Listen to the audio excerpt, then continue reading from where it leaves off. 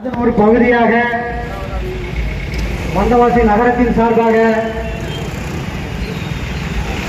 கொடியேற்றும் நிகழ்ச்சி, அன்னதானம் வழங்கும் நிகழ்ச்சி மற்றும் மரக்கன்றுகள் நடும் நிகழ்ச்சி நகர தலைவர் ரஃபீக் அவர்கள் தலைமையில்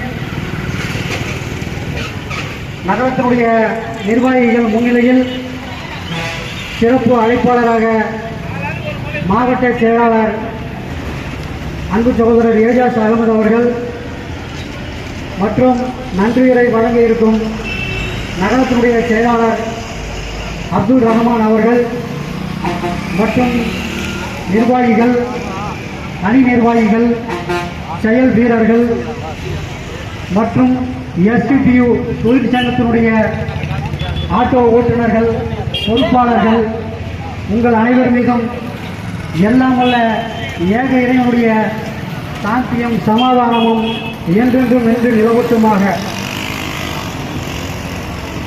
அன்றைக்கிய சொந்தங்களே, ஒடுக்கப்பட்ட மற்றும் விளிம்பு நிலை மக்களின் உரிமைகளை வென்றெடுப்பதற்காகவும் அதிகார மையங்களை நோக்கி அவர்களை நகர்த்தி செல்வதற்காகவும் போராடி வரும் தேசிய அரசியல் பேரியக்கம் தான் எஸ்டிபிஐ கட்சி. குறிப்பாக முஸ்லிம்கள், தலித்துகள், பழங்குடியின மக்களுக்காக எஸ்டிபிஐ கட்சி போராடி வருகிறது. சாக்கடையாக மாறியுள்ள அரசியல் களத்திலே கடமை, கண்ணியம், கட்டுப்பாடு மற்றும் ஒழுக்கத்துடன் எஸ்டிபிஐ கட்சி வீறு நடை போட்டு வருகிறது. இந்நாட்டிற்கு பேராபத்து செயல்பட்டு வரும் RSS, பிஜேபி உள்ளிட்ட தன் பரிவார பாசிச சக்திகளுக்கு எதிராக சமரசமின்றி போராடும் அரசியல் பேரியக்கம் தான் எஸ்டிபிஐ கட்சி.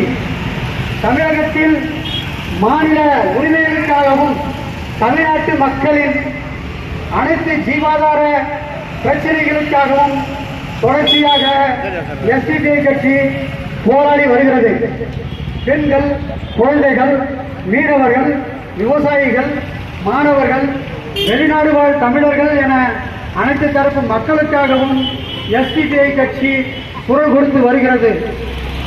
இன்று 16ஆம் ஆண்டிலே நாம் காலெடுத்து வைக்கின்றோம். இனி மக்களுக்கான போராட்டங்களை, மக்களுக்கு அரசிடமிருந்து பெற்று தரக்கூடிய சலுகைகளை, நமது உரிமைகளை ஒன்றிய அரசு நம்மை நசுக்குகின்ற, வர்த்திக்கின்ற அனைத்து திட்டங்களையும் எதிர்த்து ஒருமித்த கருத்தோடு நாம் இணைந்து போராட வேண்டும். இது தமிழகத்தின் வளர்ச்சிக்காக நாம் செய்யக்கூடிய கடமைகளாகும். இப்பொழுது மாவட்ட செயலாளர்